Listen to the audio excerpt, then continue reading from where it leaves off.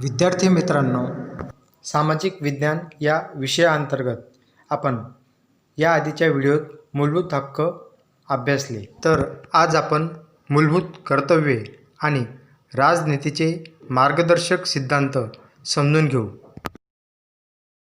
भारतात प्राचीन काळापासूनच लोक हक्कांपेक्षा कर्तव्यांविषयी जास्त जागृत होते. ज्याप्रमाणे नागरिकांना कित्येक मूलभूत हक्क देण्यात आले आहेत, त्याचप्रमाणे नागरिकांच्या कित्येक मूलभूत कर्तव्यांचा समावेश 1976 घटनेत दुरुस्ती करून म्हणजे घटनेत सुधारणा करून करण्यात आला आहे. कर्तव्यांचा समावेशाचा हेतू मूलभूत कर्तव्यांद्वारे नागरिकांमध्ये देशप्रेम, राष्ट्रीय भावना, कित्येक उच्च आदर्श आणि मूल्यांविषयी जागृती आणून राष्ट्राच्या उन्नतीसाठी म्हणजे राष्ट्राच्या प्रगतीसाठी त्यांना कटिबद्ध करणे हा आहे. म्हणजे राष्ट्र उन्नतीसाठी नागरिकांना प्रवृत्त करणे हा त्यामागचा हेतू आहे. राष्ट्राची एकता, अखंडितता आणि सार्वभौमत्वाच्या रक्षणात प्रत्येक नागरिकाने स्वतःचे यथाशक्ती योगदान द्यावे की ज्यामुळे समाजात शांती, सुरक्षितता, सद्भावना, संवादितता आणि सांप्रदायिक सद्भावना टिकविण्याचे कर्तव्य देश आणि समाजातील प्रत्येक नागरिकाचे आहे. ही बाब लक्षात घेऊन प्रत्येक नागरिकाने मूलभूत कर्तव्यांचे पालन केले पाहिजे. मूलभूत कर्तव्यांचे महत्त्व राष्ट्राच्या आरोग्याच्या दृष्टीने खूप महत्त्वपूर्ण आहे. मित्रांनो, तुम्ही आजचे विद्यार्थी म्हणजे उद्याचे भावी नागरिक आहात आणि म्हणून मूलभूत कर्तव्यांविषयी तुम्हाला जाणीव करून देण्यासाठी आपल्या पाठ्यपुस्तकाच्या पहिल्या पानावरच मूलभूत कर्तव्ये दिलेली आहेत. भारतीय राज्यघटनेत समाविष्ट केलेली मूलभूत कर्तव्ये कोणकोणती, तर ते आता आपण सविस्तर पाहू. त्यातील पहिले कर्तव्य म्हणजे घटनेचे पालन करणे, तसेच घटनेत व्यक्त झालेले आदर्श आणि संस्था, तसेच राष्ट्रगीत, राष्ट्रध्वजाचा आदर करणे. या प्रथम कर्तव्यामध्ये राज्यघटनेचे पालन करणे, राज्यघटनेबद्दल आदरभाव व्यक्त करणे, त्याचबरोबर आपल्या घटनेत जे म्हणून आदर्श सांगितलेले आहेत, ज्या संस्थांचा उल्लेख आदराने केलेला आहे, अशा सर्व संस्था यांचा आदर करणे, राष्ट्रध्वज, राष्ट्रचिन्ह, राष्ट्रगीत या राष्ट्रीय प्रतीकांचा आदर करणे हे प्रथम मूलभूत कर्तव्य एक भारतीय नागरिक म्हणून आपले आहे. दुसरे मूलभूत कर्तव्य म्हणजे स्वातंत्र्य संग्रामाच्या उदात्त विचारांचा आणि प्रेरणादायी आदर्शांचा आदर करावा आणि त्यानुसार वर्तावे. म्हणजे स्वातंत्र्य संग्रामासाठी त्यावेळेत जे आपले थोर नेते, त्यांनी जे उदात्त आदर्श आणि विचार आपल्यापुढे ठेवले, त्या विचारांचं आपण पालन करावे आणि अशा व्यक्तींपासून प्रेरणादायी विचार घेऊन त्यांनी मांडलेल्या आदर्शांचा आपण आदर करावा आणि त्यानुसार प्रत्येक व्यक्तीचे वर्तन असायला हवे, म्हणजे वागणूक असायला हवी. या थोर पुरुषांविषयी आदर असावा आणि त्यांच्या शिकवणुकीचे आपण पालन करावे. तिसरे मूलभूत कर्तव्य म्हणजे भारताच्या प्रत्येक नागरिकाने भारताचे सार्वभौमत्व, एकता आणि अखंडिततेचे समर्थन आणि त्याचे रक्षण करणे. म्हणजे एक भारतीय व्यक्ती म्हणून प्रत्येकाने भारताचे सार्वभौमत्वाचे रक्षण करायला हवे. सार्वभौमत्व म्हणजे काय? सार्वभौम राष्ट्र म्हणजे असे राष्ट्र की जे आपली विदेश नीती आखण्याच्या बाबतीत पूर्णपणे स्वयंपूर्ण असते. इतर कोणत्याही देशास आपल्या विदेश नीतीत हस्तक्षेप करू देत नाही. आणि त्याचबरोबर प्रत्येक भारतीय नागरिकाने फुटीरतावादी प्रवृत्तींपासून दूर राहून भारतीय एकतेचे आणि अखंडिततेचे समर्थन केले पाहिजे. तरच देशाचे रक्षण भक्कमपणे होऊ शकते. चौथे मूलभूत कर्तव्य म्हणजे जेव्हा जेव्हा गरज पडेल तेव्हा आणि साथ दिल्यावर देशाच्या रक्षणासाठी आणि राष्ट्राच्या सेवेसाठी तत्पर राहून उत्साहाने धावून यावे. यात आपण पाहिले की भारत हा लोकशाही देश आहे आणि लोकशाही देशात व्यक्तीच्या हिताला प्रथम प्राधान्य दिलेले असते आणि तरी देखील जर राष्ट्राच्या सुरक्षिततेचा प्रश्न असेल तर लोकांनी स्वतःहून पुढे आले पाहिजे आणि युद्ध आणीबाणीसारखे इतर प्रसंग असतील तर त्यावेळेस लोकांना जर सरकारने मदत मागितली तर लोकांनी पुढे आले पाहिजे. पाचवे मूलभूत कर्तव्य, भारताच्या सर्व नागरिकांमध्ये बंधुत्वाच्या भावनेत वृद्धी करावी, लोकांमध्ये सुसंवादितता स्थापावी आणि स्त्रियांच्या गौरवास हानी पोचविणाऱ्या व्यवहारांचा त्याग करावा. आता या ठिकाणी एक बाब लक्षात घ्यायची की भारत या देशात विविध धर्माचे लोक राहतात आणि या लोकांमध्ये विविध धर्म जाती पंथातील लोकांमध्ये जर सुसंवादितता म्हणजे चांगले तरच खऱ्या अर्थाने देशाची एकता टिकून राहू शकते आणि कोणत्याही संस्कृतीत स्त्रियांना जे स्थान मिळते त्यावरून त्या संस्कृतीचे मूल्य ठरते.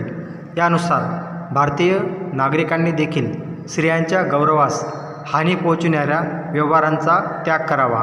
पुढील मूलभूत कर्तव्य म्हणजे राष्ट्राच्या समृद्ध आणि समन्वित सांस्कृतिक वारशाचे जतन करावे.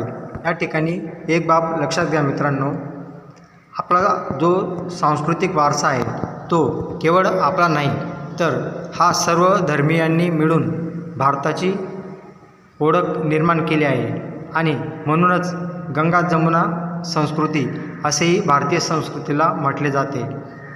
या ठिकाणी आपल्याला जो समृद्ध वारसा मिळाला आहे तर त्या वारशाचे जतन करणे हे आपले.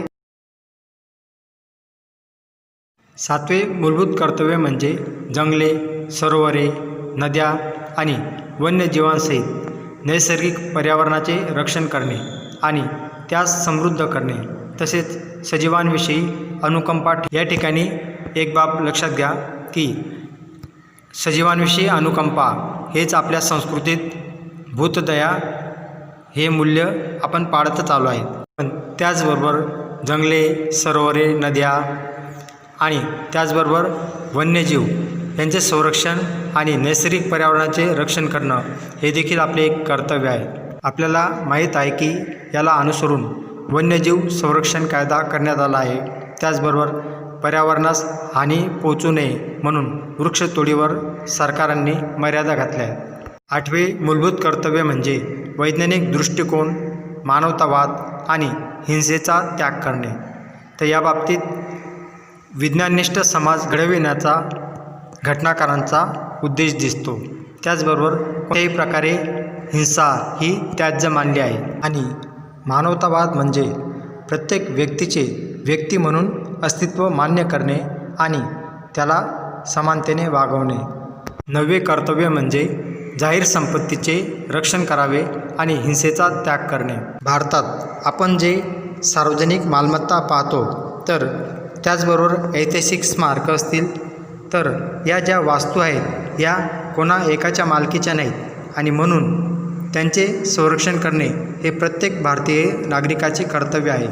दहावे मूलभूत कर्तव्य म्हणजे वैयक्तिक आणि सामूहिक पुरुषार्थाच्या क्षेत्रात उत्कृष्टता सिद्ध करण्यासाठी सतत प्रयत्नशील राहावे की ज्यामुळे राष्ट्र प्रगती आणि उत्तरोत्तर सिद्धीची नवनवीन शिखरे सर करत राहील. म्हणजे जेव्हा जेव्हा शक्य होईल तेव्हा विधायक म्हणजे चांगले असे काम करून आपण वैयक्तिक व देशाच्या गौरवात वाढ कशी करता येईल यासाठी प्रयत्नरत राहावे म्हणजे प्रयत्न करावे. आणि 11वे व शेवटचे मूलभूत कर्तव्य म्हणजे फुकट, सक्तीचे आणि सार्वत्रिक शिक्षण स्वतःच्या पाल्यास म्हणजे मुलास मिळावे हे पालकांचे कर्तव्य आहे. आज आपण पाहतो की काही राज्यांनी वयाच्या 6 ते 14 या वयोगटापर्यंत प्राथमिक शिक्षण सक्तीचे, सार्वत्रिक व मोफत हा कायदाच केला आहे. मग हे शिक्षण मिळणे हा प्रत्येक मुलाचा मूलभूत हक्क देखील आज मानण्यात आला आहे. अशा प्रकारे मित्रांनो आज आपण मूलभूत कर्तव्यांविषयी माहिती मिळवली. या मूलभूत कर्तव्यांचे पालन प्रत्येक भारतीय नागरिकाने करावे. आपण जितके आपल्या हक्कांविषयी जागृत असतो तितकेच कर्तव्यांविषयी देखील जागृत असायला हवे आणि देशाच्या निरोगी जीवनासाठी व भक्कम उभारणीसाठी या कर्तव्यांचे पालन करणे हे आपले एक नागरिक म्हणून कर्तव्य आहे. याचे स्मरण म्हणजे आठवण नेहमी राहावी म्हणून भारतात 6 जानेवारी हा मूलभूत कर्तव्य दिवस म्हणून साजरा केला जातो. या सर्व कर्तव्यांपैकी कित्येक कर्तव्यांना कायदाकीय पाठबळ आहे, म्हणजे त्यांना कायद्यांचे संरक्षण आज मिळाले आहे. त्याचे पालन न करणाऱ्यास शिक्षा होते. नागरिक कर्तव्यांचे पालन करतील यासाठी त्यांच्यात सहभानता म्हणजे देशाचे नागरिक असल्याचे भान आणि जागरूकता आणण्यासाठी शिक्षकांनी प्रयत्न केला पाहिजे.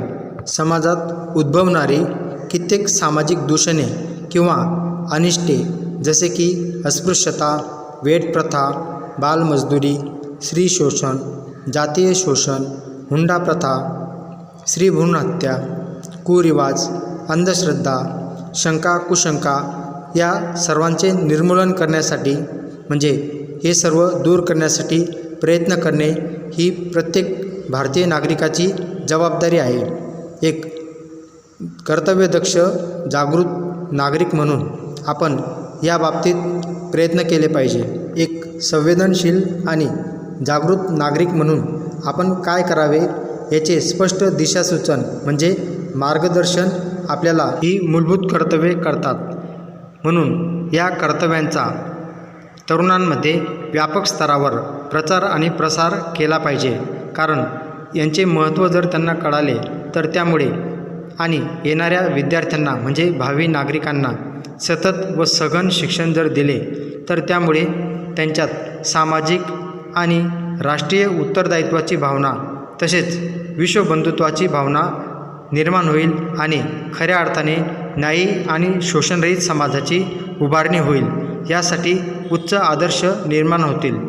म्हणून या दृष्टीने मूलभूत कर्तव्यांचे खूप महत्त्व आहे. अशा रीतीने आपण सर्व मूलभूत कर्तव्यांचा सविस्तर अभ्यास केला. आता राजनीतीचे मार्गदर्शक सिद्धांत, त्यांचा अर्थ आणि ती संकल्पना समजून घेऊन कोणकोणत्या प्रकारचे मार्गदर्शक सिद्धांत घटनेने सांगितलेले आहेत ते पाहू. राजनीतीच्या मार्गदर्शक सिद्धांतांचा समावेश घटनेच्या 4थ्या भागात करण्यात आला आहे. या मार्गदर्शक सिद्धांतांचा उद्देश वर्तमान आणि भावी केंद्र सरकार व राज्य सरकार यांना वेगवेगळ्या नीतिविषयक क्षेत्रात कोणकोणत्या नीती घडवाव्यात यासंबंधी मार्गदर्शन करण्याचा आहे. हे सिद्धांत मार्गदर्शक आहेत. याचा अंमल करण्यासाठी राज्य सरकार बांधील नाही, परंतु नीती घडवणीत या सिद्धांतांना केंद्रात ठेवून नीती घडवावी आणि त्यांचा अंमल करावा हे राज्याचे नैतिक कर्तव्य आहे. म्हणजे राजनीतीचे मार्गदर्शक सिद्धांत हे केवळ दिशा दाखवण्याचे काम करतात. त्या दिशेने गेलेच पाहिजे असे बंधन व्यक्तीवर अथवा केंद्र अथवा राज्य सरकारांवर नाही, परंतु राज्य सरकारने आपली नैतिक जबाबदारी समजून ते पार पाडावेत असे येथे अभिप्रेत आहे. म्हणजे घटनाकारांना म्हणायचे आहे. या सिद्धांतांचा सर्वात महत्त्वाचा उद्देश म्हणजे सर्वांना राजकीय, सामाजिक तसेच आर्थिक न्याय मिळत राहील अशी समाजरचना स्थापन करण्याचा आहे. राज्याचा उद्देश आणि ध्येयपूर्तीसाठी राज्याची नीती घडविण्यात राज्यांना दिशासूचन म्हणजे मार्गदर्शन करण्याचा हा प्रयत्न आहे. न्यायतंत्राद्वारे या सिद्धांतांना अंमलात आणण्याची व्यवस्था घटनेत नाही. म्हणजे एखाद्या सरकारने जर या तत्त्वांचे पालन करून आपली नीती आखली नाही तर त्या सरकारविरोधात कोणीही न्यायालयात धाव घेऊ शकत नाही. कारण या सिद्धांतांना कायदाकीय पाठबळ नाही. पण तरीसुद्धा देशातील म्हणजे केंद्रातील अथवा राज्यातील सरकारे कायदे घडवण्याच्या वेळेस अथवा कायद्यांचे संचालन करण्याच्या वेळेस या सिद्धांतांना अनुसरून वागण्याचा प्रयत्न करते. कित्येक हक्कांचा समावेश घटनेतील मूलभूत हक्कात केला आहे, जे तात्कालिक देण्यासारखे होते, परंतु दुसऱ्या बऱ्याच हक्कांचा समावेश राज्यनीतीच्या मार्गदर्शक सिद्धांतात करण्यात आला आहे. जसजशी राज्यव्यवस्था सुदृढ आणि मजबूत होत जाईल, तसतसे भविष्यात हे हक्क देत जाण्याचा घटनासभेचा विचार होता. डॉक्टर बाबासाहेब आंबेडकरांनी राजनीतीचे मार्गदर्शक सिद्धांत यांचे महत्त्व सांगताना त्यांना देशाच्या शासनाचे हे पायारूपी सिद्धांत आहेत असे म्हटले होते.